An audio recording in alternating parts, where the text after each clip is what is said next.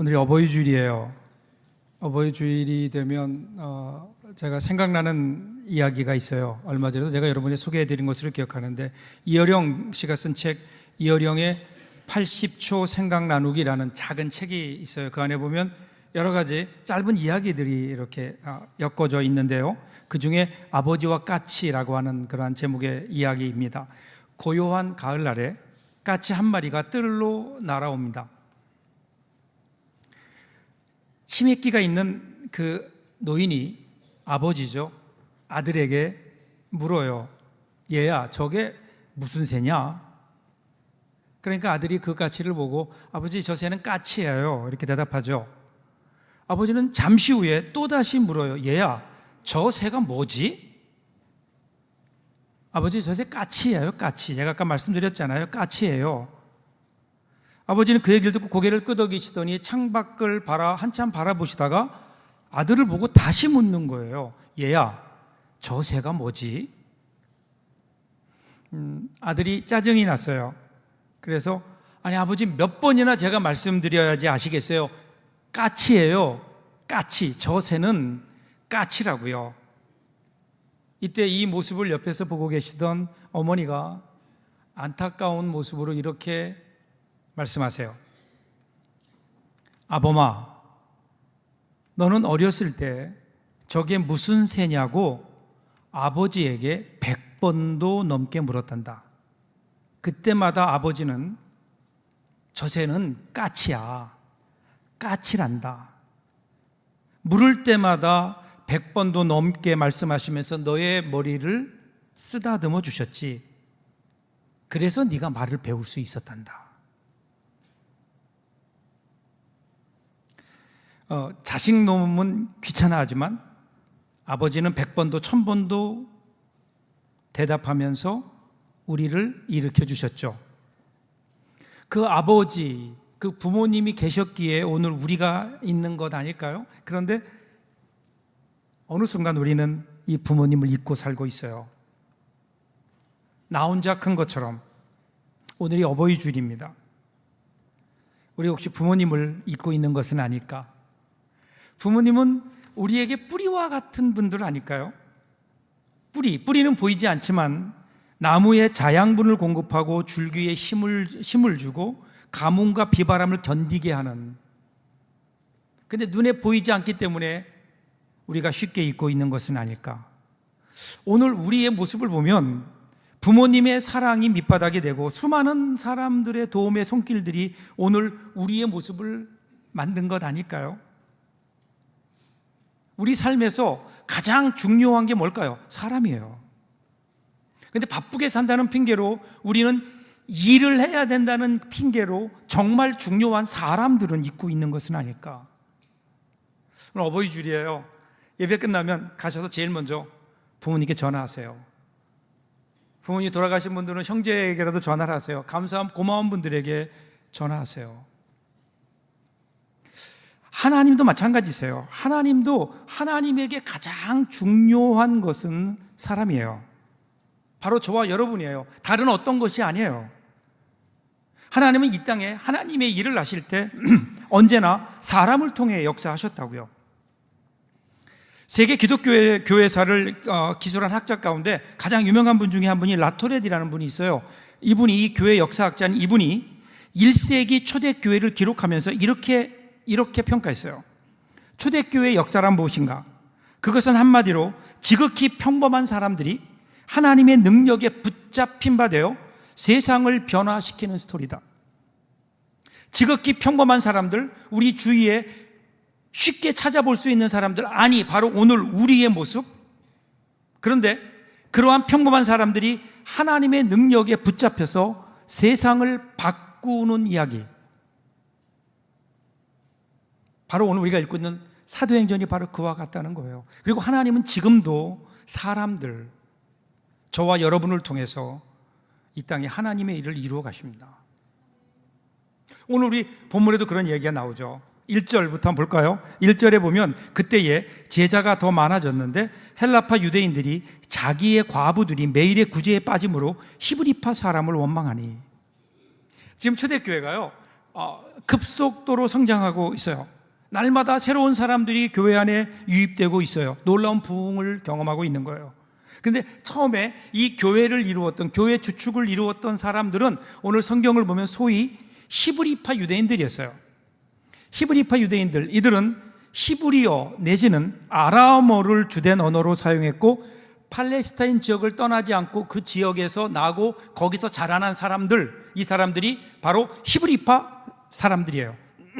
히브리파 그리스도인들이에요. 그런데 그렇게 시작된 교회 안에 이제는 새로운 사람들이 들어오기 시작하는데 그들 가운데는요 헬라파 유대인들이 있는 거예요. 이 헬라파 유대인들, 쉽게 얘기하면 해외 동포예요. 디아스포라예요. 외국에 살다가 이제 예루살렘으로 돌아와서 예수 믿게 된 사람들, 이 중에는 오순절 사건 때 예루살렘을 찾아왔다가 사도들이 방언으로 자기 나라 말을 하는 것을 보고 그것 때문에 복음을 받아들여서 예수 믿게 된 사람들도 있었을 거고요. 아니면 이제 해외에 살았지만 내 인생의 마지막은 예루살렘 성전 가까운 곳에 가서 지내야 되겠다, 그래서 돌아온 사람들도 있었을 거예요. 자, 그런데 이 두 종류의 사람들이 교회 안에 공존하게 된 거죠. 한 사람은 아람어를 사용하고 그리고 그 히브리 문화를 가지고 문화에 젖어 있는 사람들, 또 한 사람은요 그 당시에 세계 공용어인 헬라어 그리스어를 주로 사용했고 그들의 문화도 상당히 헬라적인 그 영향을 많이 가진 그러한 다른 문화권을 가진 두 종류의 그룹들이 교회 안에 공존하게 된 거예요. 여러분, 교회는 원래 그래요. 교회는요 똑같은 사람들이 모이는 데가 아니에요.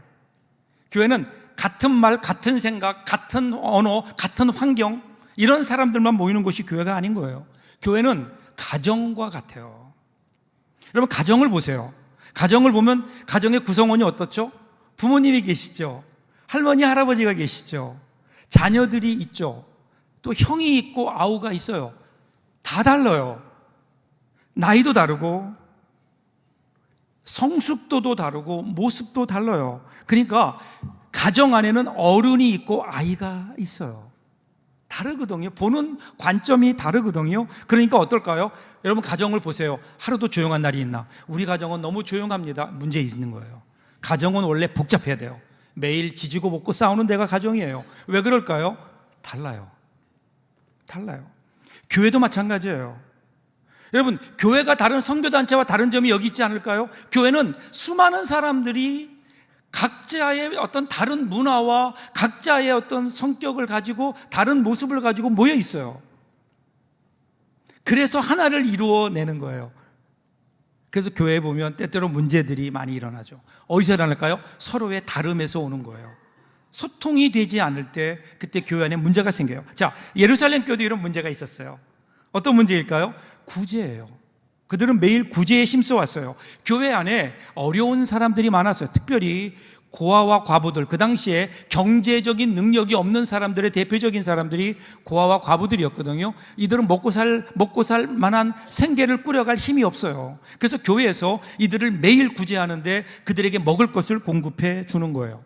자, 근데 문제가 생겼어요. 어느 날 헬라파 유대인들이, 헬라파 그리스도인들이 마음속에 불만이 생기기 시작한 거예요. 가만히 보니까 히브리파 사람들 가운데 어려운 쪽으로 구제가 더 많이 가고 자기들은 소홀해진 것 같은 거예요. 여기에 불만이 나오기 시작한 거예요.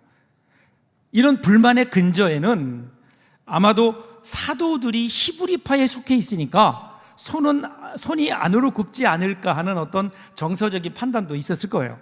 어쨌든 이러한 일들이 교회 안에 일어나면서 이제는 어떻게 돼요? 히브리파와 헬라파가 서로 대립하게 된 거예요. 이것이 그대로 주세면 어떻게 될까요? 교회 안에 분열이 생길 거예요. 더 큰 문제로 퍼져 나갈 거예요. 자, 이때 예루살렘 교회, 이러한 위기 앞에서 예루살렘 교회는 어떻게 했을까요? 사도들이 먼저 교회 내의 모든 제자들을 불러 모아요. 2절 상반절입니다. 12 사도가 모든 제자를 불러 이르되, 이렇게 나와요. 12 사도들은 이 교회 내 문제들을 쉬쉬하지 않았어요. 그것을 내놓았어요. 근데 누구에게요? 제자들에게. 모두에게 공개한 것이 아니에요. 함께 의논할 수 있는 사람들, 제자들에게 그 문제를 내어놓았어요. 교회의 아픔과 공동체의 문제를 함께 기도할 수 있는 사람들 앞에 내놓고, 그리고 이 문제가 있음을 그들에게 알리고 함께 기도하기를 원했던 거예요. 모두 함께 이 문제를 해결하는 지혜로운 방법을 택합니다. 그들을 모아놓고 기도하면서 뭐라고 얘기해요? 이어지는 2절 하반절 보시면요, 우리가 하나님의 말씀을 제쳐놓고 접대를 일삼는 것이 마땅하지 아니하니. 사도들이 먼저 이 문제의 원인을 얘기해요. 이 문제의 원인, 그 원인이 뭐냐면 자기들에게 있다는 거예요. 우리가 하나님의 말씀을 제쳐놓고 접대를 일삼는 것이 마땅하지 않다, 그런 거예요. 하나님의 말씀이 본질인데, 사실은 더 정확히 얘기하면 그 하나님 말씀의 내용은 예수님께서 명령하신 명령이 있잖아요. 사도행전 1장 8절에 너희는 땅 끝까지 이르러 나의 증인이 될 것이다. 이것이 주님께서 주신 명령이었어요. 그런데 이 일은 뒤로 한 채 앞을 향해 땅 끝까지 나가지 않고 교회 내에서 교회 내에 있는 문제들, 접대하는 문제에 사도들이 거기에 매여 있었다라는 거예요. 이것이 사도들의 주된 업무가 된 거예요. 그래서 이것을 일삼고 이렇게 얘기해요. 접대를 일삼았다. 원래 사도들이 일삼아야 되는 것은 하나님의 말씀을 전하는 일이에요. 그런데 교회 내에 구제하는 일에 매여 있었다라는 거예요. 이것이 잘못된 것이라고 사도들이 먼저 고백해요. 여러분 오해하지 마세요. 이 구제 자체가 중요하지 않다는 게 아니에요. 구제는요, 우리가 믿는 복음을 나타내는 아주 중요한 통로예요. 우리 교회가 구제해야 돼요. 구제가 중요한 이 일이에요. 그럼에도 불구하고 우리들이 분명하게 기억해야 될 게 있어요. 구제가 복음을 대신할 수 없어요. 구제가 중요하지만 절대로 구제가 기독교의 복음을, 신앙의 내용을 대신할 수 없어요. 가끔 우리 그런 생각하잖아요. 교회 예산의 절반을 뚝 잘라서 사회에 봉사하자. 멋있는 말이죠. 저는 우리 교회가 그랬으면 좋겠어요. 우리 교회가 그러한 교회가 되었으면 정말 좋겠어요. 근데 그것은 정말 멋있는 말이에요. 당연히 우리는 그러한 나눔을 통해서 우리 복음을 세상에 나타낼 줄 알아야 돼요. 그러나 그것을 결정한다고 해서 그것 자체가, 그 구제 자체가 교회를 교회되게 하는 게 아니라는 거예요. 사도들이 이것을 깨달은 거예요. 지금 복음에 집중해야 되는데 그렇지 않은 것에 집중하고 있다. 어떻게 깨달았을까요? 하나님의 뜻이에요. 어떻게 사도들은 자신에게서 이 문제의 원인을 찾았는가 하면요, 우리가 하나님의 말씀을 제쳐놓고 접대를 일삼는 것이 마땅하지 아니하다. 여기 마땅하다, 이 말의 뜻은 기쁘시게 하다, 그런 뜻이에요. 그러니까 이 일이, 자기들이 하는 이 일들이 하나님을 기쁘시게 못했다는 거예요. 그러니까 하나님의 뜻이 거기에 있지 않은 거예요. 그러니까 문제는 이러한 문제를 제기한 헬라파 사람들이 문제가 아닌 거예요. 자신들이 하나님의 뜻대로 살지 못했기 때문에 이런 일들이 왔다. 하나님의 뜻 앞에 자신들의 모습을 발견해요. 우리가 살면서 어떤 문제가 생기면 어떻게 하나요? 가장 먼저 우리의 반응은 탓이에요. 남 탓해요. 그래서 항상 우리는 어떠한 문제가 일어나면 그 문제의 해결을 누구에게 찾아요? 다른 사람에게 찾아요. 저 사람 때문에, 남에게 찾아요. 문제의 원인을 외부로 돌리면 당장은 나의 책임이라고 하는 무거운 마음은 없어질지 모르지만 절대로 문제 해결되지 않아요. 문제 해결은 언제나 나로부터 시작해야 되는 거예요. 나로부터.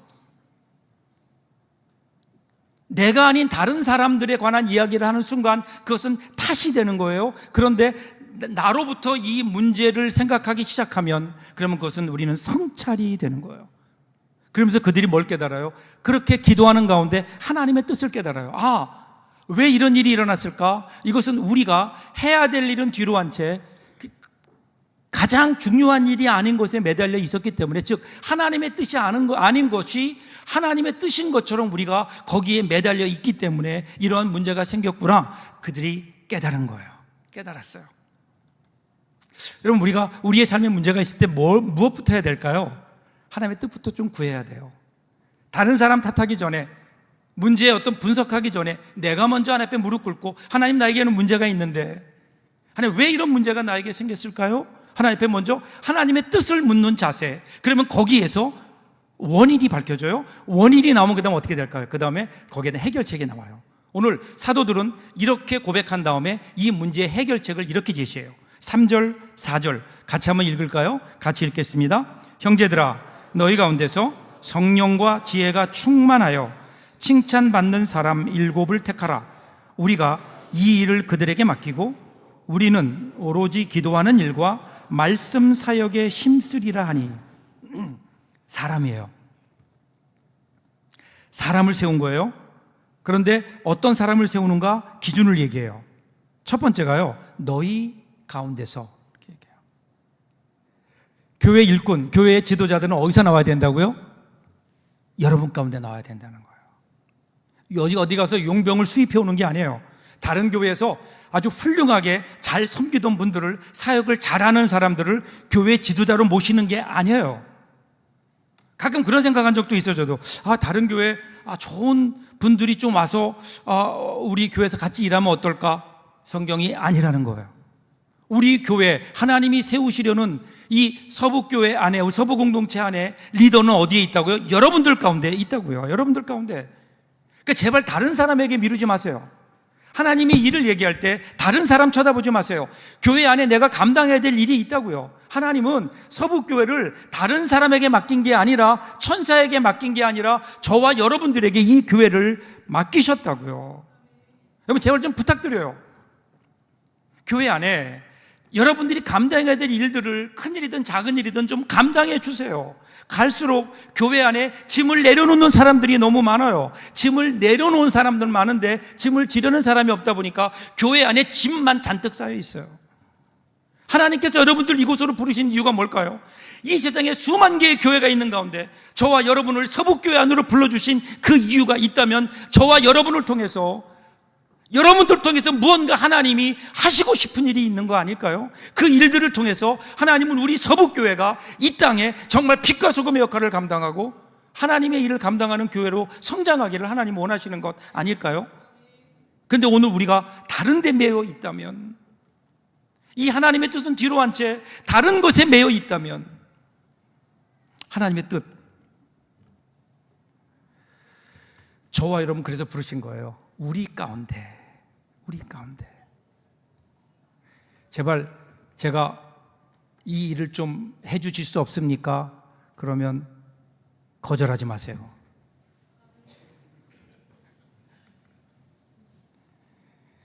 아멘 하시는 분들은 가만히 보면 이미 잘하고 있는 분들만 아멘 하고는. 두 번째가 성령과 지혜가 충만한 사람이에요. 여러분 교회 일꾼의 기준을 사회적 지위, 학력, 경력, 재력, 스펙으로 따지지 않았어요. 영적인 성숙도예요. 영적인 성숙도. 성령이 충만한 사람이라 그랬어요. 성령과 지혜가 충만한 사람. 성령 충만이 어떤 사람이에요? 성령 충만한 사람은 하나님의 인도하심을 받는 거예요. 그러니까 성령의 지배를 받는 거예요. 그러니까 어떨까요? 하나님의 뜻대로 사는 사람인 거예요. 내 마음대로 사는 사람이 아니에요. 하나님의 뜻대로 순종하고 실천하며 살아가는. 그래서 결과적으로 나타나는 모습 보세요. 여러분 이 계명 가운데, 하나님이 주신 말씀 가운데 말씀을 두 가지로 딱 한마디로 요약하면 하나님 사랑, 이웃 사랑이에요. 그러니까 성령 충만한가 아닌가, 그 사람을 알아보는 방법이 뭐예요? 그것은 그 사람이 하나님을 사랑하고 이웃을 사랑하는가, 이것 보면 되는 거예요. 하나님과 깊이 교제하고 하나님께 주신 은혜를 경험해요. 그리고 그 은혜가 흘러 넘쳐서 사람들에게 흘러가는 거예요. 이런 사람이 교회 지도자가 되는 거예요. 이런 사람들에게 나타나는 그러한 객관적인 기준이 뭔가? 세 번째로 칭찬받는 사람이에요. 칭찬받는 사람. 사람들이 나를 보고 그리스도인답다 칭찬하는가? 그래서 여러분 이게 성경적이에요. 어떤 교회는요, 제가 미국에 있을 때 옆에 있던 어떤 교회는 직분자를 세울 때 그때 그 자녀들을 불러서 물어본대요. 야, 니네 아버지가 이번에 교회 장로로 피택이 되려고 하는데 너희들은 어떻게 생각하니? 진짜로 이렇게 물어본대요.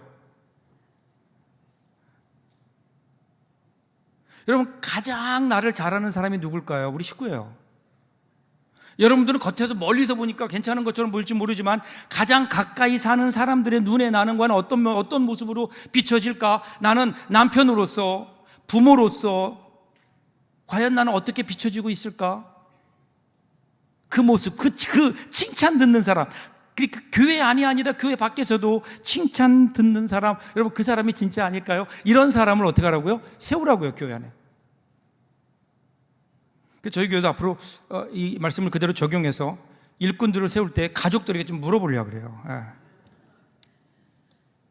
자, 여러분 보세요. 예루살렘 교회 안에 문제가 생겼어요. 구제로 인해 갈등이 생겼어요. 그런데 어떻게 그 문제를 해결했죠? 필요한 사람, 좋은 사람을 세운 거예요. 여러분 보세요. 사도들이 문제가 생기니까 이 문제가 생긴 건 우리 책임이니까 우리가 사도직을 물러나겠습니다. 그러지 않았다고요. 문제의 당사자들을 불러다가 시시비를 가리지도 않았어요.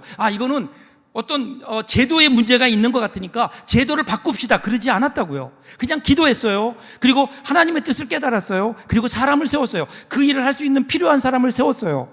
사람이 해결책이에요. 5절 6절 보세요.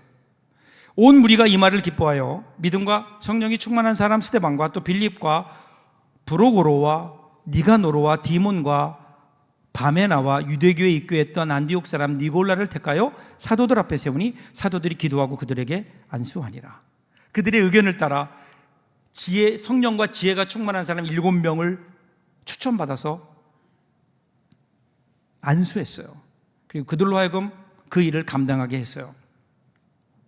여러분 교회에서는 어떤 일이 중요한 게 아닌 것 같아요. 사람이에요, 사람.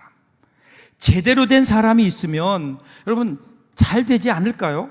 반면에 아무리 좋은 제도다 하더라도 제대로 된 사람이 없다면, 믿음의 사람이 아니라면, 하나님의 뜻을 헤아릴 수 있는 성숙한 성령과 지혜가 충만한 사람이 아니라면 아무리 좋은 제도를 가지고 있어도 과연 그것이 제대로 역할을 할까요? 그래서 교회 목표는 어디에 있나요? 교회는 좋은 사람 만들어내는 거예요. 좋은 신자 만드는 거예요. 성숙한 신앙인을 만들어내는 거예요. 우리 교회 올해 표어가 나는 성장하는 그리스도인입니다. 그럼 내년도 표어는 뭐가 될까요? 이거보다 조금 더 어려운 나는 땡땡땡 그리스도인입니다 될 거예요. 여러분 교회가 뭐 하는 곳일까? 교회는 사람을 키워내는 곳이어야 돼요.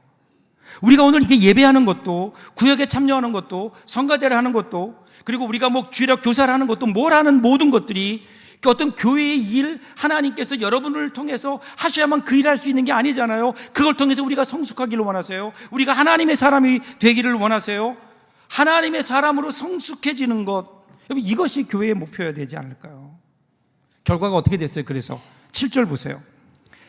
하나님의 말씀이 점점 왕성하여 예루살렘에 있는 제자의 수가 더 심히 많아지고 허다한 제사장의 무리도 이 도에 복종하니라. 자 보세요. 교회가 새로운 일꾼들로 든든히 세워져 가고 이제 사도들이 그 일을 맡기고 사도들은 말씀을 가르치고 전하는 일에 전념해요. 그러니까 어떤 일이 일어나요? 이전보다 더 큰 부흥의 역사가 일어날 뿐 아니라 심지어는 유대교의 제사장들까지도 복음을 받아들이고 교회 안에 들어오는 역사가 있다는 거예요. 사람이에요, 사람. 교회에 전설처럼 내려오는 이야기가 있어요. 예수님께서 부활하신 후에 승천하셨어요. 그래서 천국에 들어가셨는데 천국의 그 앞에 천사장 가브리엘이라고 하는 천사장이 나와서 예수님을 맞았어요. 가만히 예수님 모습을 살펴보던 가브리엘 천사가 걱정스러운 표정으로 이렇게 물었다 그래요. 예수님, 지상에 내려가신 일은 잘 해결하셨나요? 잘 끝내셨나요? 예수님께서 십자가상에서 이제 다 이루었다라고 말씀을 하셨는데 제가 보기에는 걱정스러운 면이 많이 있습니다. 그때 예수님께서 뭐가 이렇게 걱정스럽니? 그랬더니 예수님이 그 땅에 계시면서 이제 하늘로 올라오셨고 그 땅에는 남겨진 12제자밖에 없는데 그 12제자의 면면을 보니까 신통치 않잖아요. 저들 가지고 되겠습니까? 12제자 가지고 예수님이 이루어 놓으신 그 뜻을 저들이 이어갈 수 있을까요? 혹시 제 휘하에 있는 천사들을 보내서 그 일을 감당하게 하면 어떨까요? 그랬더니 예수님께서 아니라고. 나는 그들을 믿는다고. 그래도 믿어지지가 않으니까 가브리엘 천사장이 그랬대요. 그러면 만일에 예수님 뜻대로 안 되면 어떻게 하실 겁니까? 플랜 B는 있습니까? 다른 대안은 있습니까? 그때 예수님이 뭐라고 대답하신 줄 아세요? 한참을 생각하시더니 그래도 할 수 없지. 나에게 다른 대안은 없어. 나에게 다른 대안은 없어. 분명하게 말씀하셨다는 거예요. 여러분, 우리가 예수님의 유일한 대안이에요. 예수님은 우리가 아니면 결국 사람이에요. 하나님의 손에 붙잡힌 사람들. 하나님은 지금도 이 사람을 찾고 계세요. 여러분, 하나님의 방법은 사람이에요.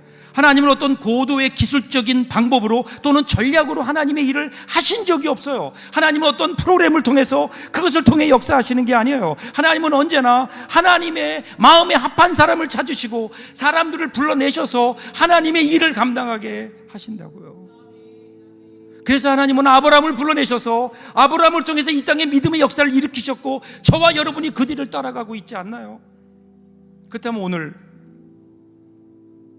이 하나님 부르심에 따라 우리는 무엇을 하고 있는지, 우리는 하나님의 대안이에요. 내가 하나님의 뜻에 순종하지 않으면 하나님이 일하실 수 없어요. 오늘 하나님 앞에 우리를 향한 주님의 뜻을 깨닫고 하나님 앞에 우리가 해야 될 일이 무엇인가를 생각해보는, 우리 자신을 하나님의 사람으로 드리는 귀한 결단이 저와 여러분들에게 있기를 주님의 이름으로 축복합니다. 기도하겠습니다.